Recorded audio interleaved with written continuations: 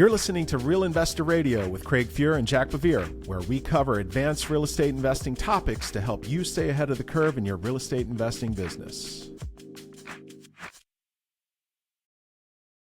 No repercussions. All right, let's roll. Hey, welcome back, everyone, to Real Investor Radio. I'm Craig Fuhr, joined again by the great Jack BeVier. Hair is lush today. If you're not watching on YouTube, you're really missing out.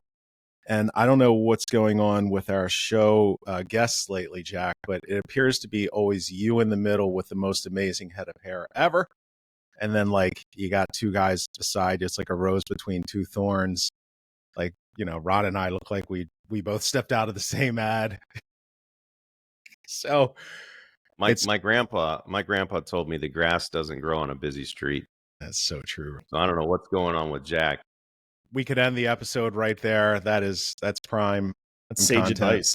Indeed. So, Jack, we've got Ron Phillips here with us again today. Ron, I don't know if you recall, Jack, but Ron was, I think, our very first guest. Yeah. Our very first guest. And so we feel like, Ron, that we've kind of ironed out some of the hurdles. It's not that there were ever any, but it's good to have you back. And yeah, man, I was just thinking last night about how I know Ron. Ron and I met probably about 4 years ago now. We were in a mastermind together. And Ron was always like the guy that was like, never really said much, but when he did, people were probably leaning in and listening. And so I always enjoyed that about him. And it was great to get to know Ron. Haven't talked to you in a while, so it's great to see you again. And it's great to have you back to talk about the exciting stuff that you're working on. We had a chance to talk for a few minutes before the show today. Dude, welcome to the show. It's just it's great to see you. Yeah, I'm excited to be here. And not to belabor the hair thing, but Jack didn't have hair like when we did the other show. So what a difference some time makes. We were here 8 inches ago. That's right. That's right. Nice. So, Ron, for the listeners who may not have caught the very, very initial episodes, we're up to almost 100 now. Can you fill them in on sort of what you've done over your career? It's fascinating where you started, damn near ended, and then resurrected yourself into what you are and what you're doing today, which is so fascinating. And so, yeah, if you could just fill folks in briefly, like, yeah, give us the background story. Yeah. So, all the way back like 25 years ago now, which is, gosh, that makes me really old. It seriously sounds like, anyway, 25 years ago when I started real estate, I did what almost everybody does. I started, wholesaling and flipping houses, and then quickly moved into rehabbing houses. We did that for a while in the early 2000s. And then there was some fraud in Kansas City around 2004. And we were selling mostly HUD back then. HUD changed their guidelines, and we had to have a year on title. So we had to season the properties for a year before we could sell them, which de facto put us out of business because we couldn't keep doing what we were doing. And so we had to pivot.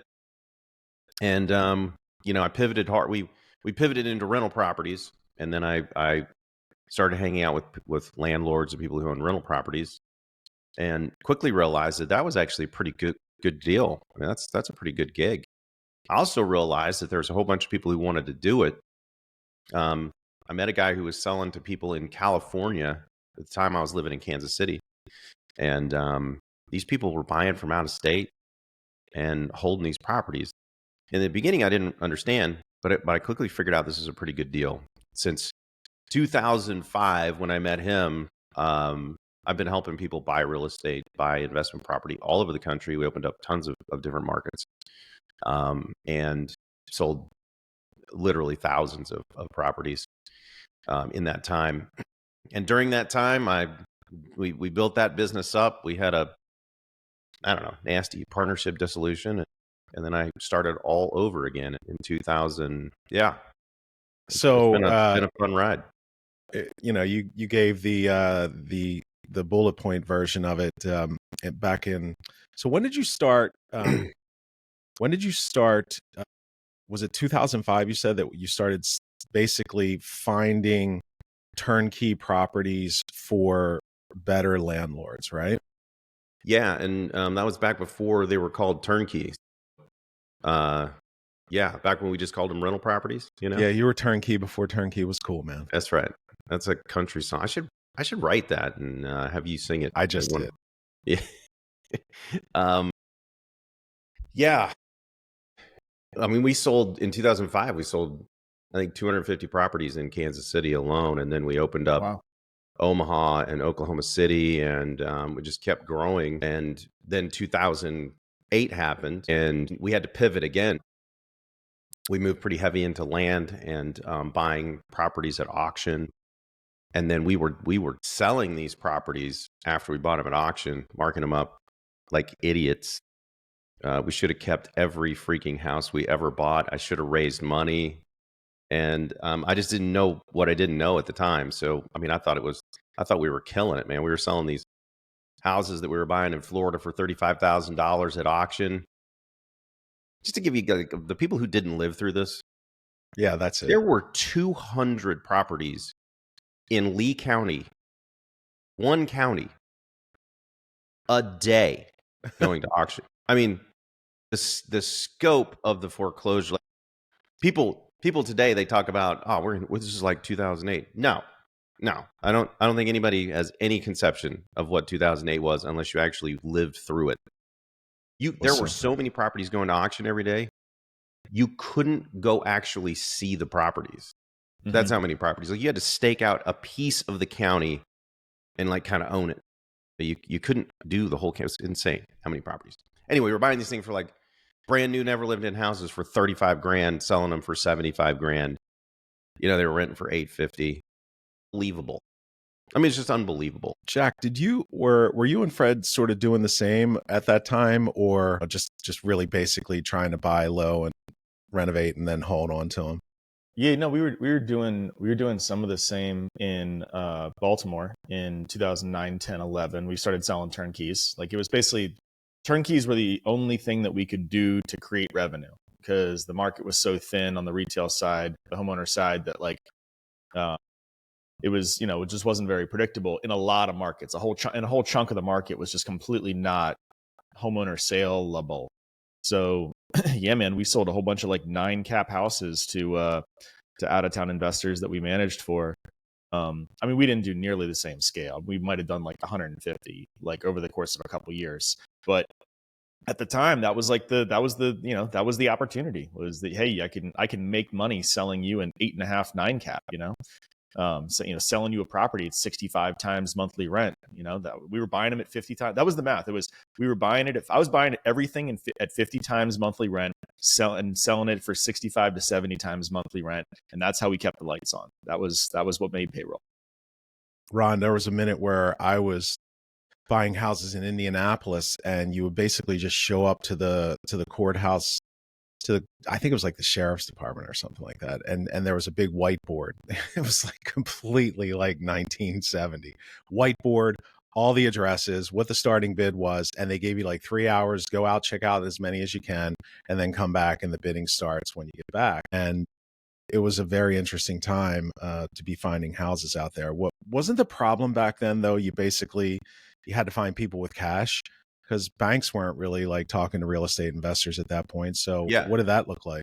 Yeah, you had to have cash, and the people who had it, there was another guy who bought, and literally like the auction room was small. They had to move it several times because it kept growing how many people were in this auction room. Most of the people who were there were people who were trying to buy their own house, and they would outbid on the property that they wanted. But there was a dude that like had his own spot up in the corner, and he had some attorney's money, and he literally bought everything he wanted. So once he spent himself out, then the rest of us would buy. Because he would just bid you out. That same guy was in Indianapolis. Like, there was one of those guys in every room.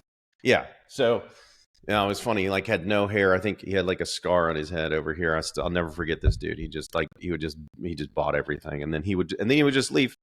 Once he ran out of money, he would just leave. We didn't even have like a whiteboard. They would just get up.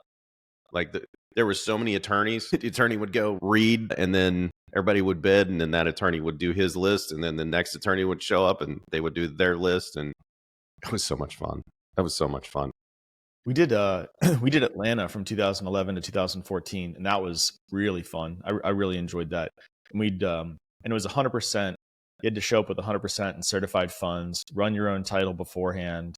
So you were getting whatever title they were selling, and you had to put up 100% of the money in certified funds. So it was like big boy stakes. I'm used to like 10% of the statement of debt, and I always get clear title up in Maryland.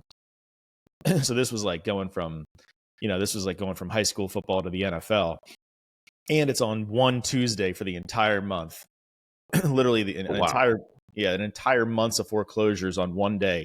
So you can imagine it's just a freaking madhouse. And it was Georgia. It was Atlanta. It was like the most bank failures in the country spot, Yeah. And they're just open this stuff that's sold for like, $180,000, opening it for 18. And like, can I get 19? And everyone grimaces and like, I don't know, 19.5. The replacement, and then here's the thing, insane. Like I would go and present to try to sell these things for, whatever, $75,000, $90,000, these brand new houses. And people are like, yeah, but Florida's a horrible market. I'm like, look. Right. Who wants to buy the replacement cost like, to build this property would cost you $180,000 to $200,000. It's half price of cost you're buying this for. And it's like a 15 cap. What is your problem? Like, I don't understand where the disconnect is. Like, we were begging people to buy properties back then. People who bought back then absolutely roped it. I mean, roped it. Indeed. And many of them are still our clients today, because we made them so much money. Much money. Yeah, we started, one of the guys, we sold a bunch of turnkeys to, just started selling them off. It's been it's been 17 years, and 16, 17 years, and he just started selling them off. And he'll come in and be like, hey, guess what I just sold this one for? And it's like 5x what we sold it for. Just stop it. Yeah, yeah, we know. We don't need any more salt. Thank you very much. So but just to illustrate like how difficult it was at the time, like we went around. So we went, and we had never raised a fund before. So we raised this little $5 million fund, and that to us, that was like it was a huge fund for us. Raising $5 million, and so we go around and and we're doing our little road show amongst the people that we can call, and trying to use the the reputation and the track record to be like, hey, we know what we're doing. I know it's a new market, but like, check out these pictures. How much do you think this one was, right? And like just trying to pull people off the sidelines. And man, we got shot down and shot down and shot down, and sat with a bunch of lawyers one time, I remember, and they had a bunch of money. So we were kind of excited about that. We kind of had a personal in. We were like, this could be a couple $1 million right here. And they were like, you know what? You should really get into real estate education. You guys like really present well. And I just, real estate's not good right now. You really should think about it. They were just like patting us on the head, with this condescending tone, and telling us that good. That, hey, I think you guys would present really well and teach people how to get involved in this, And we were like, these motherfuckers, like, yeah, I love this real estate's not good right now thing, because it doesn't matter what the market is doing. The majority of the people are gonna be like, yeah, real estate's not good right now. It's not a good time to buy.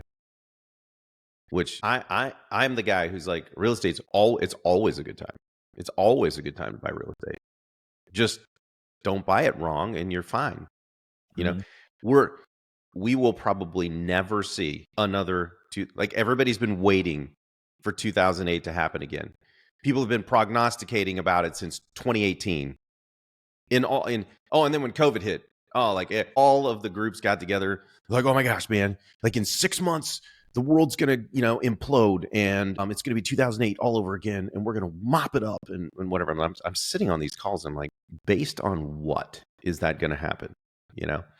And we're there. It's like every single year, 2019, 2020, 2021, 2022, 2023, 2024, and now 2025, the market's going to crash. The market's going to crash. The market's going to crash. The market's going to crash. Okay. I mean, at some point we're going to have a little correction, but 2008 we will not have. It is not set up for that right now. And most of these people weren't even in real estate Most of them were in high school when 2008 happened. They don't even know what happened. Ron, two questions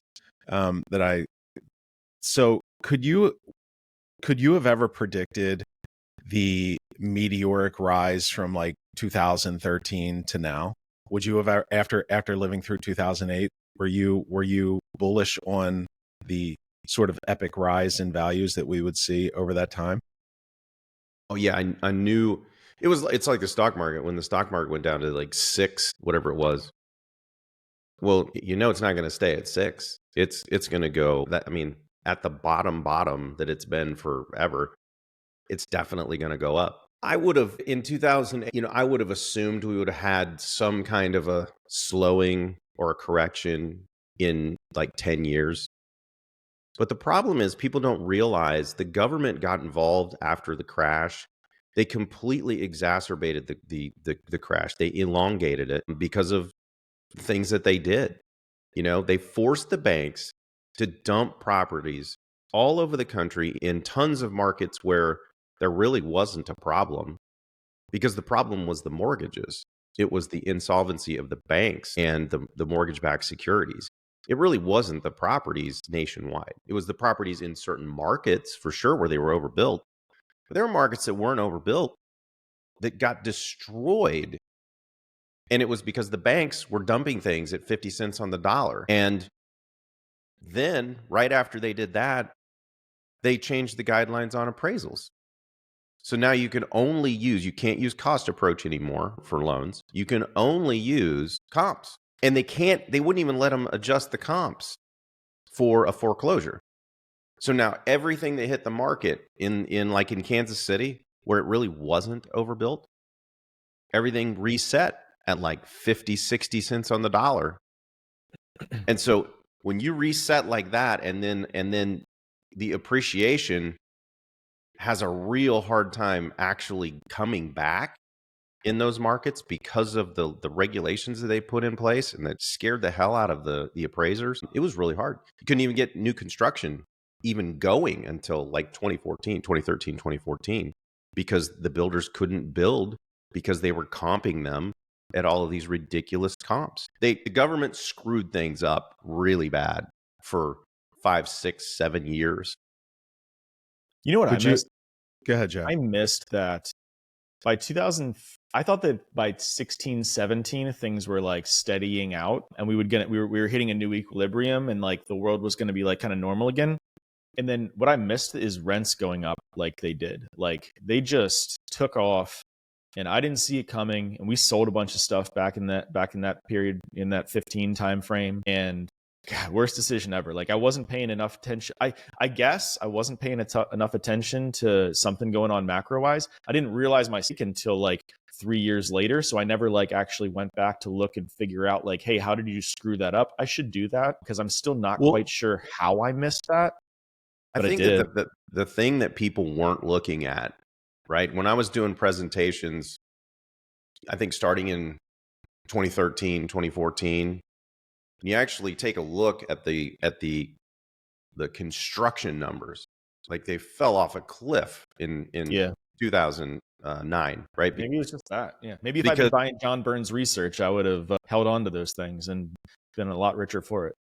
Yeah, I mean, if you actually look at the trough, it is the deepest, longest running trough of construction for construction ever in the history of our country. It is an astronomical number, because to maintain equilibrium, we need between 1 and 1.5 million, depending on who you ask, units.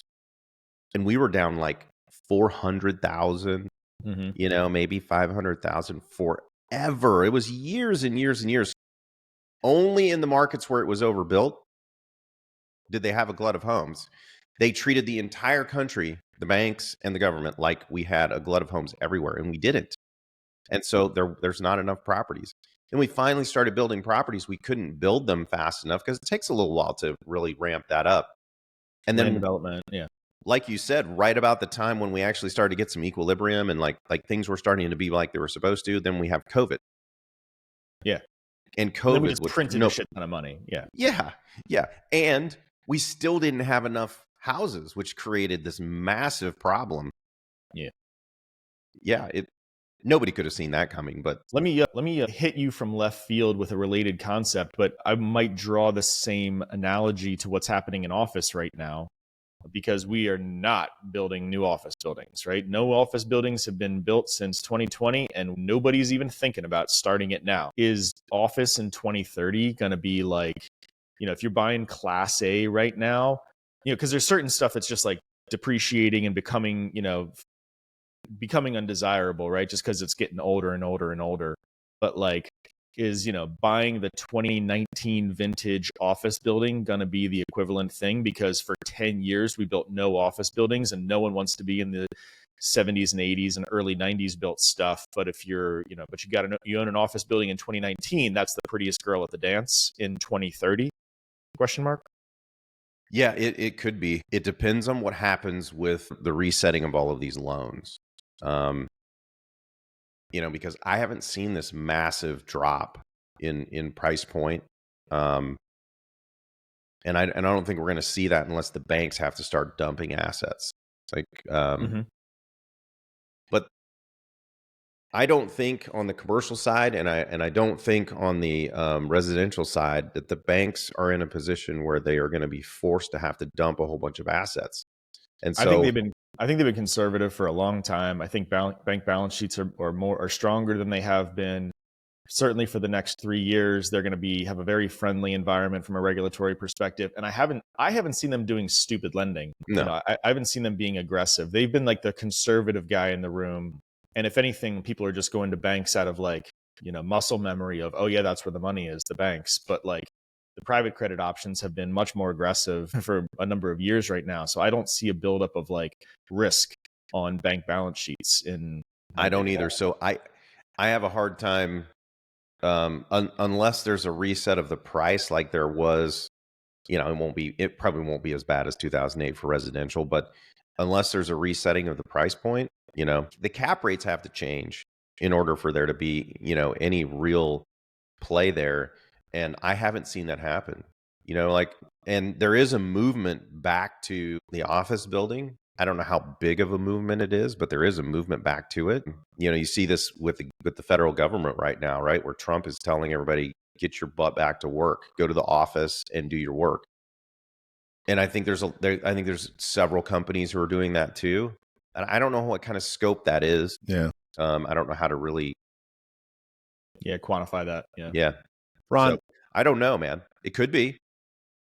Ron, take people back to sort of the hysteria that you saw when you would, do a presentation. You're looking to, find turnkey buyers. You have properties available, and I know at times you weren't the only one in the room doing a presentation like that.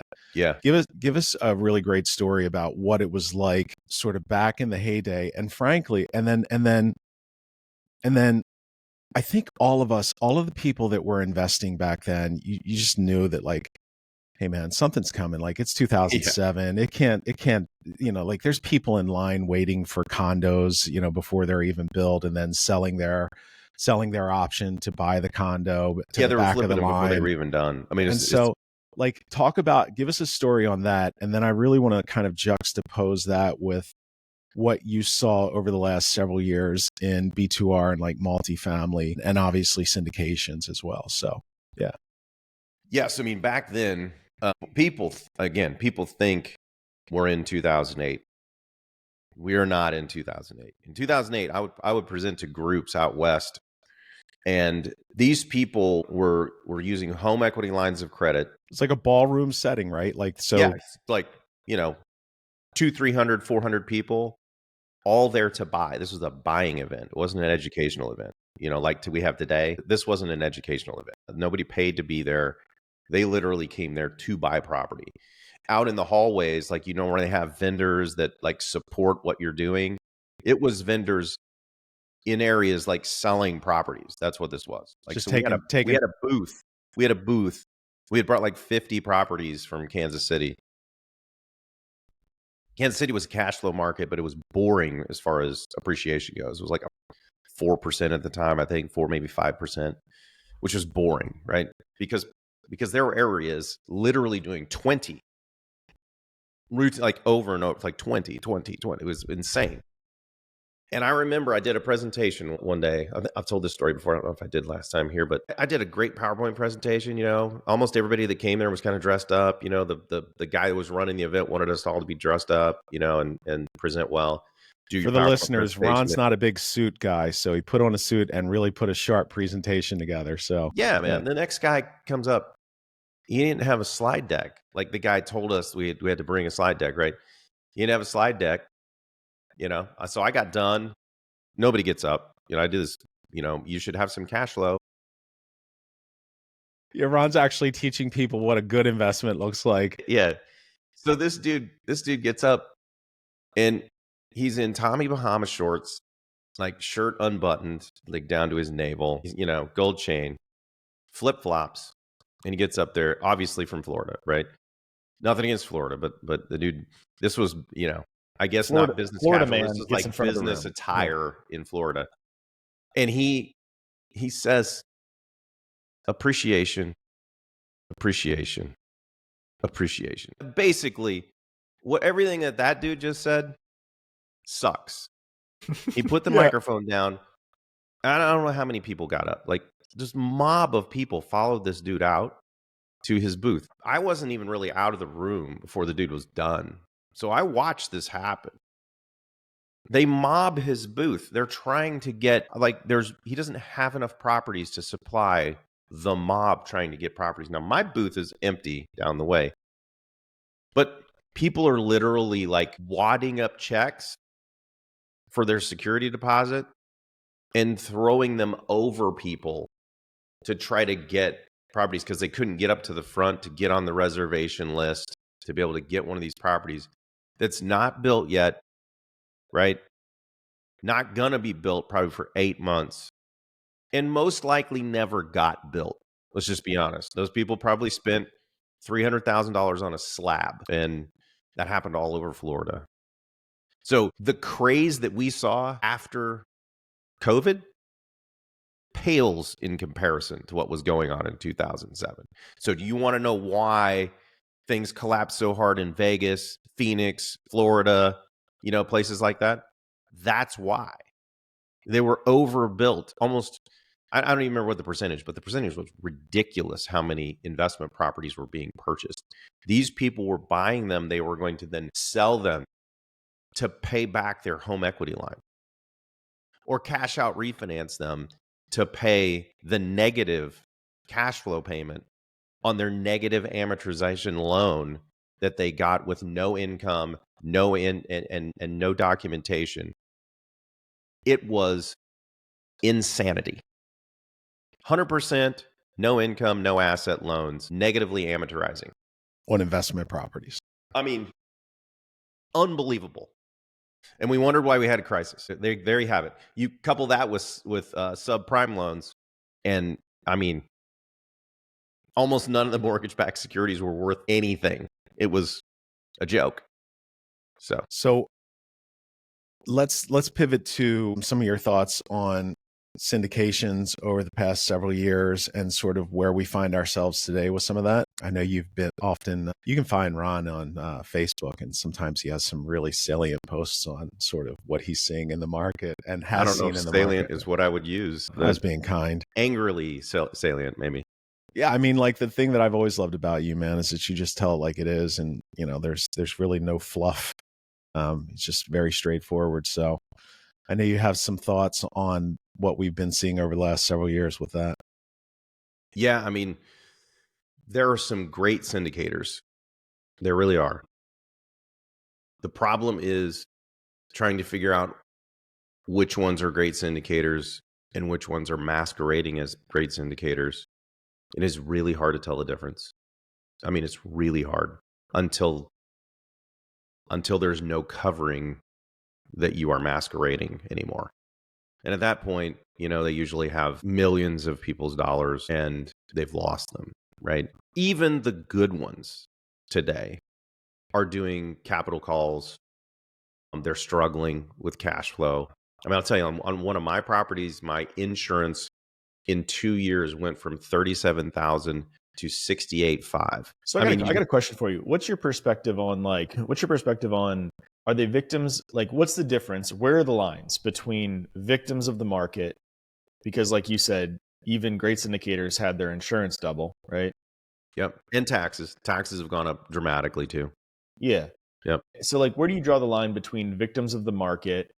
I mean, how much can have been solved by good operations? Just roll your sleeve up in there, show houses on Saturday and Sunday. Like, don't let, just work until you don't let people lose the money that you took from them, right? Like, because there's folks who when push comes to shove, they're working nights and weekends, and other ones who keep the blue suit on and are still posting on Instagram about their next deal, right? And those are two different humans. That's where I draw the line. And then just the complete charlatan, who was just, always selling snake oil and never knew what the hell they were doing. I don't find a whole lot of difference between the last two. Uh-huh. And I'll tell you the reason, because I'll tell you specifically where I draw the line. I draw the line with honesty. Look, if you screwed up, you're not the only one who screwed up, because the market has, the market changed really fast. Now, if you didn't know what you were doing and you bought an operating 4.5 cap, you thought you were going to raise rents and, turn it into a 5.5 cap and make, millions and millions of dollars from people or from the market, give it back to people. I mean, you should have known better than that. Anybody should have known better than that, right? That's a person who just doesn't know what they're doing. Now, that person, when everything is going to hell, if they're at least honest about, hey, we screwed this up, we have a couple of choices, right? We can keep dumping money into this thing, or we can pull out, or we can ride this thing out until the market gives us a gift. It's going to be a long run. We're in it for the long run with you guys. We're not going to let the asset go to hell. We're going to work this thing until it works out. That's a stand-up human being, even if they screwed up the numbers, right? They might not have known what they were doing, but at least they're working weekends like you were talking about. The last two, the people who are still, like, if you screwed up 2 or 3 deals really bad and you went and got another deal in your suit, or maybe your shorts and your unbuttoned shirt standing with in front of your Lambo, if you're going and still raising money and you haven't fixed what you've screwed up, and you're counting on the next raise to fix what you've screwed up, you're a piece of crap. And if you, worse yet, are the third guy who knows you screwed everything up, still hasn't told anybody you've screwed everything up, and you're raising money and commingling funds to keep everything afloat, then you're a piece of crap that should be in prison. Yeah. The only difference between the two pieces of crap is that one ought to be in prison, and the other one at least knows they shouldn't commingle funds. Jack, what went wrong there? Was it the fact that, like, they're buying these things at insanely low cap rates? The performer that they're basing the rents on and sort of stabilization didn't work out. Interest rates went up. Maybe what went wrong in a lot of these syndications? Yeah, all that. Interest. Yeah, they were buying based off of the spread to the current interest rates, and then interest rates went up significantly. They were projecting, because the money was easy to get, they were looking for deals, motivated to find deals, and then they created a story and backed the model. Backed into the IRR that would sell by changing the assumptions in the Excel spreadsheet, as opposed to objectively looking at reality and then seeing what the IRR actually, they actually thought the IRR was going to be. I think a lot of people did that, right? It was amazing, right? Like, every multifamily syndication offering memorandum had a 20% IRR. Uncanny. Somehow. It was unbelievable. Somehow. It's amazing. Every deal on the market, nothing's overpriced. Everything at the asking price was still a 20 IRR. Crazy.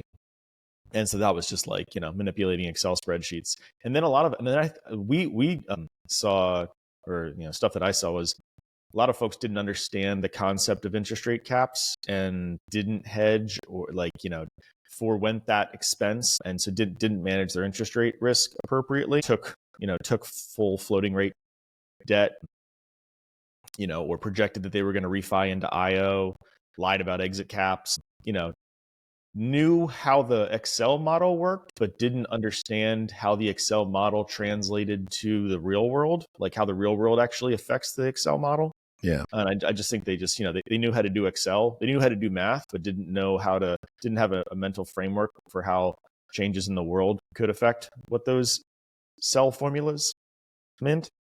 So I asked this question to both of you. Jack, I know you and Fred, evaluated quite a few syndications and got into some shitty ones. Yeah. And then same for you, Ron. And so how many of those guys were actual real estate investors or just dudes with finance degrees that like knew a little bit about capital and, could put on a good dog and pony? Like what's your take on that? Like, I would like to think that the guys that were better operators who were trying to scale, maybe they were a little bit more honest, but what's your take? Because I know you guys know many, what's your take on sort of the mix of the two? Yeah, I mean, I think the people who are either actual operators or were real estate investors that could grow into an operator, I think for the most part they fall into the category one that Jack was talking about. Right? They're still fighting the good fight because they believe in what they bought. Things have changed, but real estate investors are creative. Like they're trying to find solutions to this massive problem that they would find themselves in, right? And I don't think that they got most of their numbers wrong. Like they didn't buy based on some ridiculous cap rate exit, but the market caught them. And those people can operate out of the market caught them. It's going to suck, but they can operate out of it. The other people went to a seminar. They don't have any idea what they're done. I think you were being generous telling that they had a finance degree. I don't think they had a finance degree. I think they got a spreadsheet from the class they went to and they filled it out. That doesn't take a finance degree. How to learn syndications in 48 hours and be an Excel jockey. Well, there was tons of people teaching syndications, then like thousands and thousands of people who don't know what the hell they're doing to go raise millions of dollars to do their first real estate deal, for hell's sake. Yeah. Jack, what's your take on that question? Yeah, we tried to, I completely agree, of course.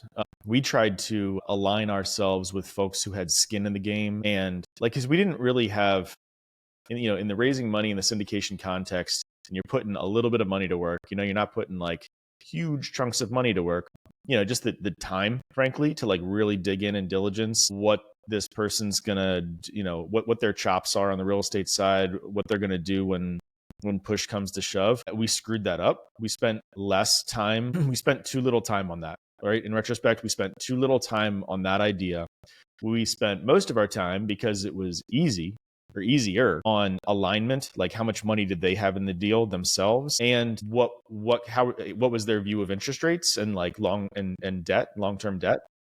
We focused on those two things, which was better than nothing, but the market still hit everybody. And so like we're okay. Like I'm not getting goose egged on anything, but no one's coming close to hitting their pro forma, right? And so, to do it over again, I completely agree with Ron. I would have spent much more energy and time on like figuring out assessing what this guy was going to do when push came to shove. I avoided a ton of stuff that like really screwed up. So, but I'm still not like patting myself on the back with respect to our decisions. Prior to the hitting the record button today, we were talking about how it's just for some of these nefarious guys, it just becomes like a shell game, right? So maybe you guys can touch on that quickly of like, they're still out there raising capital, but the capital is not going towards the project that they're raising for. It's just kind of being filtered and commingled with the projects gone bad. And so what's it like? We were talking about what it's like to try to, if you're an investor in one of those syndications, what it's like to try to get your money back when you get goose egg. Yeah. There's a, I don't know if you were in there, Ron, but there's this Facebook group called I'll give them a shout out. So I think it's called like the 506 Investor Group or something like that, something to that effect, referencing the 506C, 506D. And it's a bunch, and they have like a screening process to let you in there. And then it's a private forum, and they talk about deals, and people are comparing notes. And they're very very locked down. No no sponsors allowed. So if you're a sponsor and you're like, oh my God, that's going to be a great place to raise money. Yeah, they see you coming. Don't even bother. They're going to keep you out. But if you're an LP investor, it's a really interesting place because it's a bunch of other LP investors who are talking about the deals that they are in and what's going on with them, and the investor relations communications that they're getting, and how are they doing versus pro forma. So there's at least a forum to kind of compare this private market, all these private market investments, right? It's far from comprehensive. Only but mostly it's like the bigger syndicators that have hundreds of LPs are those are the deals that are being discussed on there. But you gotta see a lot of frustrated people going through the stages of grief on there, because there's a lot of deals that have gone sideways. Yeah, I can tell you that the trying to get money back from one of the charlatan guys, that's tough. I mean, those are the guys who.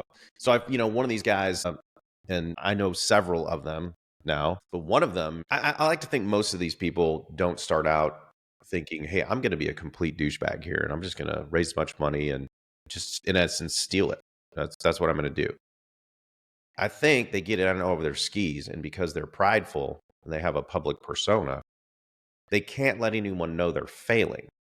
And so because of that, they do things behind the scenes and initially I think maybe these people are just ignorant. Maybe they don't know that you can't commingle funds, that you can't raise money from this syndication over here and then put it in 4 other syndications that you have and keep them all afloat. Maybe they just don't realize you can do that.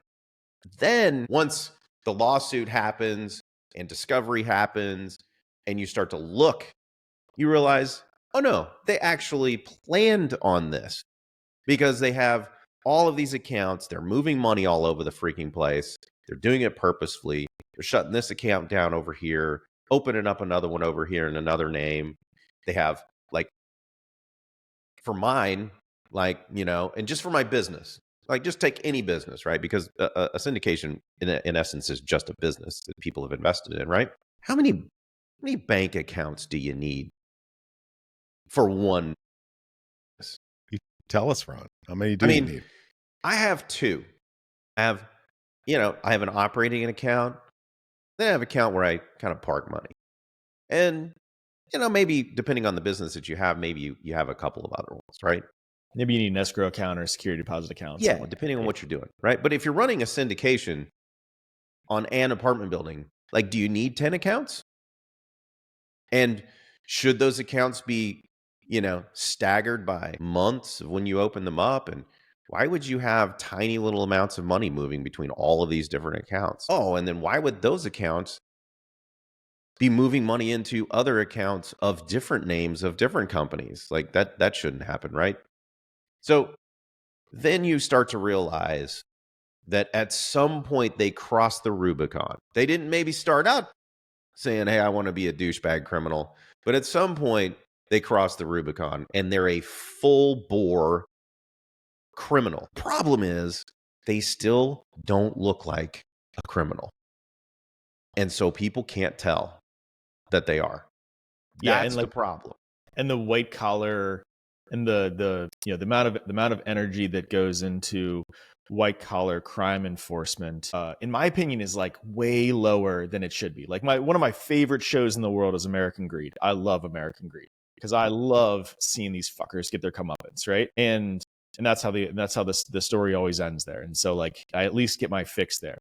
But dude, we lock away somebody for stealing a car, but a $10,000 car because it's Grand Theft Auto, but the person who lost $150,000 of their life savings, who lost half of their 40 years of work, right? And they had $500,000 saved up, and they lose half of that to some criminal.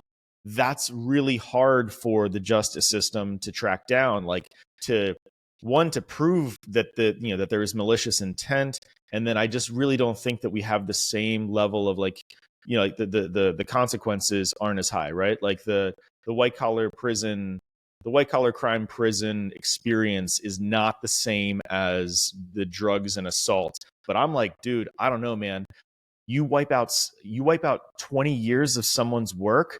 To me, that's way worse than beating somebody up or like, or trying to shoot them. Like, I think that I'm like straight to execution. You steal someone's net worth. I'm much harsher about that if I was a legislator, which of course I'll never get voted into office probably because of it. But Yeah, yeah, I'm unelectable I too. think white collar crime is like the fucking scum of the earth. I agree. The deeper I go into, I'm probably never going to see the money, but in most of the time in my business, when it's an amount of money, and I talked to my wife, and she's like, dude, you gotta go after him, and whatever. And I'm like, it's not worth my time. It's not worth my energy. It's not worth the money. Problem is, people know that. They know it's not. Well, this time it's just the principle of the thing, man. I'm a dog on a bone. If you're listening, he knows who he is. I'm not going away. I'm not going away. It's the wrong guy. The wrong guy. And I'm going to the mattresses, man. So if I can't get to your money, I'll go drop all my discovery off at the FBI and screw you, dude.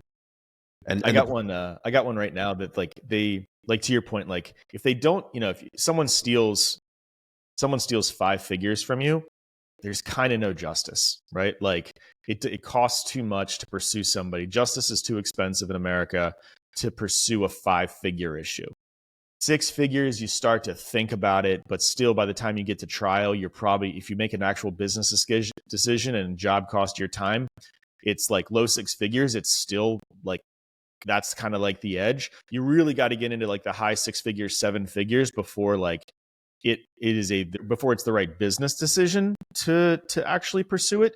And then that process is going to take you years, and you're poisoned, right? Like as the victim, you're poisoned the entire time because you're thinking about it. Your mental energy is there. The negative energy is there, and you're going to carry it for years, right? So to enter that process, you have to make a decision to like carry that negative energy, negative mental energy for multiple years. And it's poison, right? Like it's going to make you live less, right? Like, we're going to die earlier because of carrying this angst. But I also can't wake up in the morning and look myself in the mirror without doing it. Like I just can't be me. Someone has to hold the line. And most of these people, like you're saying, they're $50,000, $100,000 investors, 10% of their net worth. And some of these people are in, like I'm not the only judgment this guy has. He's another guy that has got a judgment on him for $1.2 million. Never going to see it. He'll never see that money. He's never going to get it. And I happen to know, because I know several of the other investors, this guy has millions and millions of dollars, and I know what he's doing. And so because I know what he's doing, I feel like I've got to do something. Like I can't let this guy just keep taking people's money. It's not right. Jack, I begged Ron to name names, but he's way too classy for that. Oh man, I have so many times. If you guys follow my posts, I mean, like I get this close. You do get so close. I get this close. I'll drop freaking, I'll drop big hints. People in the industry probably can pick up on the hints, but I hate those guys who get on and just rail on people. Yeah. Because 90% of the time, they don't even know the real story. They just heard it from somebody else, and so they're just out there slapping stuff, and I don't, that's a bad look. But I may just start dropping links to, lawsuits, public records. Yeah, public records. Yeah, there you go. Just start throwing some links around. There you go. Yeah, there's a fine line between tortious interference and just talking shit. I was right. You got to walk it. Yep.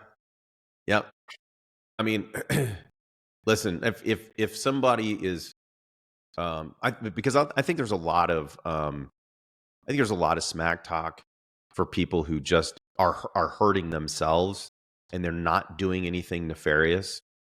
They just have people's money and they're trying to work it out.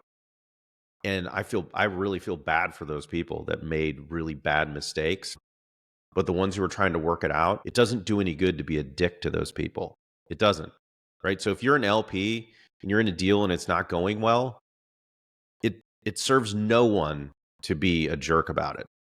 However, once they cross the Rubicon, it's a different game. It's a completely different game. So, yeah. Jack, why don't we tie this episode up with a bow? Ron, can we get you for another one to talk about what you're doing today and some of the exciting stuff we were talking about before the podcast today? Got time? Anytime, man. Awesome. Well, I meant like right after we finish this one to do another quick episode with you. Yeah, sure. You cool with that? Yeah. I mean, if everybody's cool with me wearing the same shirt in another episode, I'll be down. Yeah, we're pretty easy when it comes to wardrobe. All right, cool. But so Jack, and you, Ron, like, what's the state today of syndications? Are we still seeing the same volume? Are you, Ron, especially you? No. Like, the numbers just don't work, and people realize that now. There's no LP capital on the sidelines waiting to jump into these things. What is it? Yeah, the deals don't pencil very well. They haven't, but I think now the operators are now the sponsors.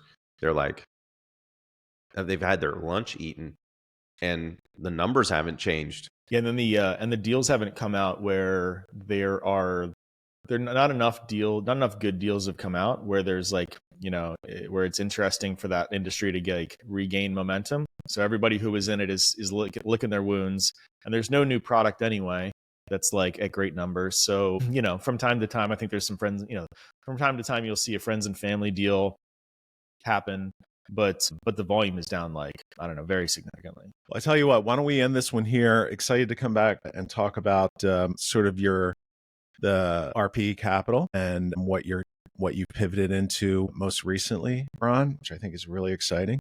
And so that's the episode with Jack and Ron. Love to thank you guys for listening once again. And we're going to jump right back on with a second episode of Real Investor Radio with Jack BeVier and Ron Phillips. We'll see you on the next one.